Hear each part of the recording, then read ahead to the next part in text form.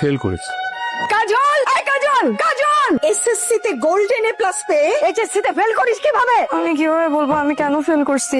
এই ওকে মারছিস কেন? কাজল ভেতরে যা তো। না না না, মারবো না, মাথায় তুলে নাচবো। আমার প্ল্যান ছিল মেয়েটাকে আমি অস্ট্রেলিয়া পাঠিয়ে দেবো পাশ করার পর। এখন কি হবে? আমার মান সম্মান তো সব গেল। গরুটা ফেল করছে। হ্যাঁ, ফেল করেছে। আচ্ছা শুভ্র, তুই ওকে ঠিক মতো পড়াসনি? আরে ঠিক মতো পড়াবো না কেন? অবশ্যই পড়াইছি। তাহলে ফেল করলো কিভাবে?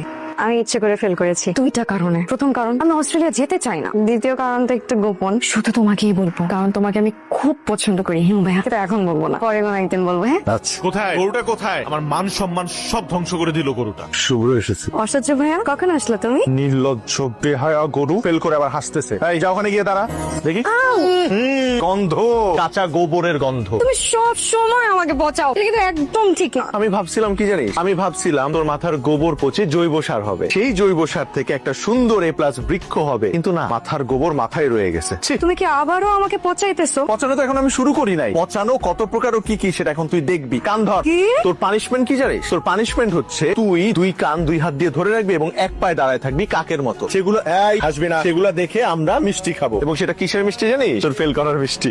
জীবনেও না। জীবনেও না। কান ধর এক্ষুনি, কান ধর। অসহ্য ভাইয়া প্লিজ, চুপ। আমার মানিজ্জত থাকবে তোর না। মানে যদি এমনিও নাই, তুই ফেল করছিস। কান ধর, পা উঁচা কর। পা উঁচা করে দাঁড়াবো কি করে? কাকের মতো দাঁড়াবি এক ঠ্যাং দিয়ে। অসহ্য ভাই, এগুলো কিন্তু